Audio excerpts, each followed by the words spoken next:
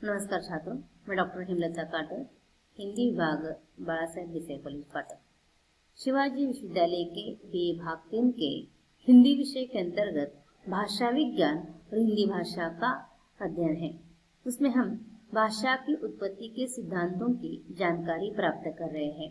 कल हमने भाषा की उत्पत्ति के जो विभिन्न वाद है उनमें से पहला वाद अर्थात पहला सिद्धांत दैवी उत्पत्ति सिद्धांत, इसकी जानकारी प्राप्त की है।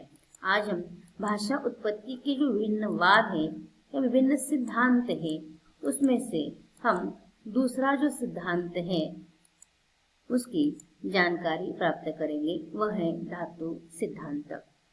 धातु सिद्धांत, पहले हम धातु किसे कहते हैं यह देख लेंगे, या इस सृष्टि पर कौन कौन से धातु पाए जाते हैं। धातु यानी वस्तु, कौन कौन से धातु पाए जाते हैं, वह धातु कौन से हैं वह देख लेंगे। धातु सिद्धांत, अनेक प्रकार की धातुएं इस सृष्टि में पाई जाती है और हर धातु के लिए, हर चीज के लिए अपनी अलग ध्वनि होती है। इसके लिए धातु सिद्धांत आपको ये बताने का प्रयास करता है इस संसार में जितनी भी धातुएं हैं, जैसे काठ यानी लकड़ी, लोहा, कागज, कपड़ा, ये केवल नामोल्लेख किए हैं। इसके अतिरिक्त अन्य भी धातुएं जैसे सोना है, चांदी है, अनेक प्रकार के धातुएं इस धरती में पाए जाते हैं और हर धातु की अपनी अलग ध्वनि होती है। अगर यह ध्वनि आपको जांचनी है तो एक लोहे के डंडे से या एक कांट के डंडे से अगर हम किसी चीज पर आघात करते हैं तो उससे विशिष्ट प्रकार की ध्वनि निकलती है। अतः इस ध्वनि पर आधारित ही धातु सिद्धांत वालों ने धातु सिद्धांत के बारे में अपना मत व्यक्त किया है। अतः धातु सिद्धांत वालों ने जो बताया है वह इस प्रकार है, विभिन्न प्रकार की वस्तुओं की ध्वन्यात्मक अभिव्यक्तियां ही धातु कहलाती है। धातु यानी वस्तु, सामान्य जानकारी के अनुसार धातु यानी वस्तु, परंतु भाषा की दृष्टि से जब हम विचार करते हैं तो धातु की परिभाषा इस प्रकार होती है। धातु से हम कहते हैं, भाषा के दृष्टि से उसे कहते हैं इन वस्तुओं के ध्वन्यात्मक अभिव्यक्तियां, इन वस्तुओं की ध्वन्यात्मक अभिव्यक्तियां धातु कहलाती है और प्रत्येक वस्तु की अपनी अलग ध्वनि होती है।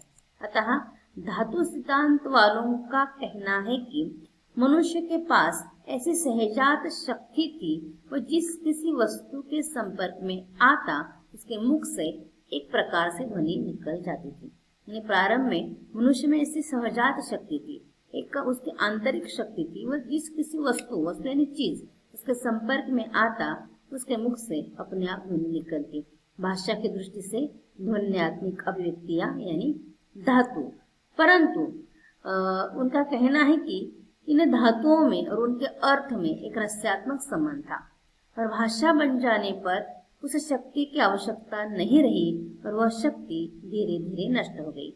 इस प्रकार इनका कहना है कि धातुओं से भाषा का विकास हो गया। धातु यानी वस्तुओं की ध्वन्यात्मक अभिव्यक्तियां, जिस चीज पर आप आघात करोगे उस चीज की, उस वस्तु की अपनी अलग ध्वनि होती है। इन ध्वन्यात्मक अभिव्यक्तियों से, इन धातुओं से भाषा का विकास हुआ, ऐसा इनका कहना है। इस दृष्टि से उन्होंने धातु सिद्धांत का प्रतिपादन किया है और इसे उन्होंने अलग नाम दिए हैं। अंग्रेजी में से कहा जाता है रूट थ्योरी और इसका नाम है रनन थ्योरी, डिंग डोंग थ्योरी। किसी चीज पर आघात करने पर जो ध्वनि निकलती है, डिंग डोंग यानी संगीत होता है, डिंग डोंग थ्योरी। आपने बाउल में पानी भरने के बाद, कांच के बाउल में पानी भरने के बाद जो ध्वनि निकलती है सारे गम प, वो आपने सुनी होगी, डिंग डोंग थ्योरी। इसलिए उसमें एक संगीत होता है, उसके अनुसार उसका नामकरण किया है डिंग डोंग थ्योरी। और इस सिद्धांत का प्रतिपादन सबसे पहले सिद्धांत की ओर प्लेटो ने संकेत किया। इसे व्यवस्थित रूप देने का प्रयास हेस ने किया, जर्मन विद्वान हेस ने किया, लेकिन इस सिद्धांत का प्रतिपादन मैक्स मूलर ने किया है। उसके प्रवर्तक कौन है? Max Muller. अतः प्रत्येक इस संसार में जितनी भी धातुएं, काठ है, लोहा है, सोना है, चांदी है, ये जितनी भी धातुएं मिलती है उस चीज की अपनी ध्वन्यात्मक अभिव्यक्ति यानी धातु, भाषा की दृष्टि से वह धातु है, लेकिन सृष्टि के अंतर्गत उसे ही उस चीज को ही हम धातु कहते हैं, लेकिन भाषा की दृष्टि से वह धातु है।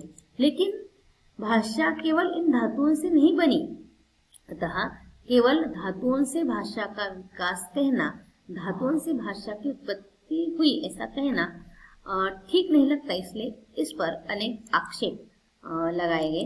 वह आक्षेप कौन से हैं? वह इस प्रकार।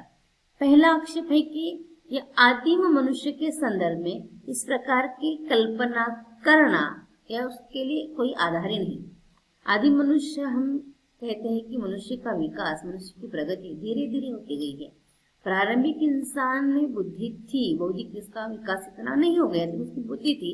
इसका अर्थ है कि आदि मनुष्य इस प्रकार सोच सकता है कि धातुओं से भाषा का विकास हो गया, इसके लिए कोई आधार नहीं है।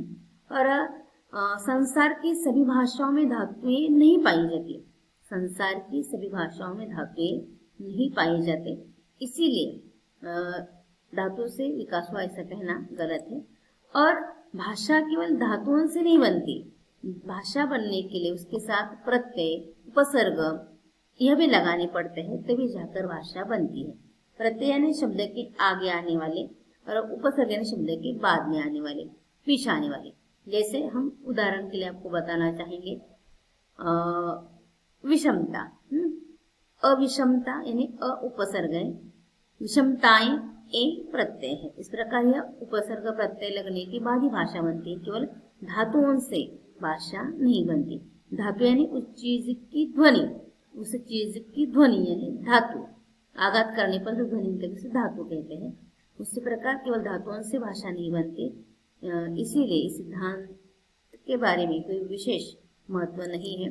और अंतिम इसके बारे में मत या आक्षेप आता है वो डॉक्टर हरीश शर्मा ने व्यक्त किया है।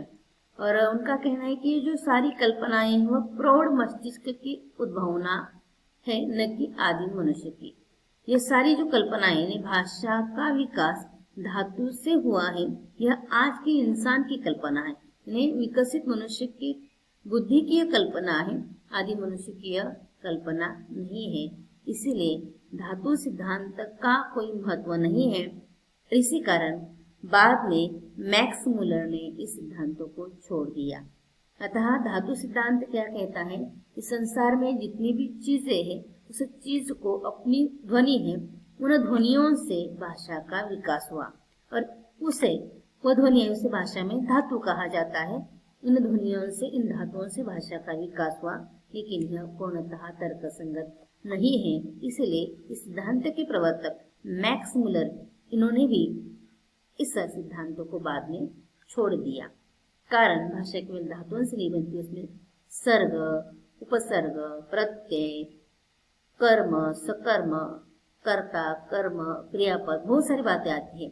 केवल धातु की ध्वनियों से शब्द, धातु की ध्वनियों से भाषा नहीं बनती। इसलिए यह सिद्धांत एक कोई विशेष महत्व नहीं रखता, उसकी अपनी सीमाएं हैं। इसी कारण भाषा उत्पत्ति का अगला सिद्धांत आया, उसका हम अध्ययन अगले वीडियो में करेंगे। आपने ध्यान से सुना, इसीलिए धन्यवाद।